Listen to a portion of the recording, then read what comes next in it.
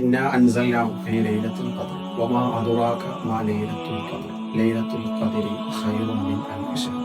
ഹബീബായ സല്ലല്ലാഹു അലൈഹി വസല്ലം തങ്ങളുടെ ഉമ്മത്തിന് മറ്റൊരു സമുദായത്തിനും നൽകാത്ത പ്രത്യേകമായ ഒരു ദിവസമാണ് അല്ലാഹു തആല ഈ ഉമ്മത്തിന് നൽകിയത്. നബി സല്ലല്ലാഹു അലൈഹി വസല്ലം തങ്ങൾ ബനൂ ഇസ്രായേലിൽ 1000 വർഷം ഇബാദത്ത് ചെയ്ത ഒരു ആളെ സംബന്ധിച്ച് പറഞ്ഞപ്പോൾ മുസ്ലിമീങ്ങൾ എല്ലാവരും അത്ഭുതപ്പെട്ടു. അപ്പോഴാണ് ഈ പരിശുദ്ധമാവുന്ന ആയത്ത് ഇറങ്ങുന്നത്.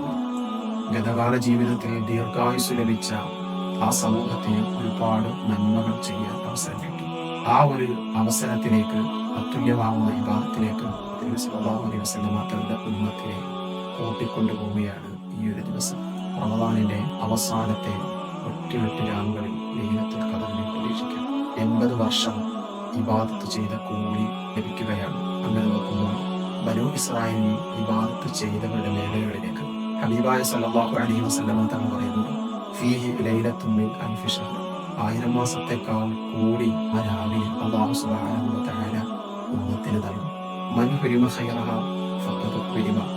ആ രാത്രിയുടെ, ആ രാവിന്റെ, ആ ദിവസത്തിന്റെ ശ്രേഷ്ഠത ആർക്കെങ്കിലും നഷ്ടപ്പെട്ടു പോയാൽ അവർക്ക് എല്ലാം നഷ്ടപ്പെട്ടു പോയി.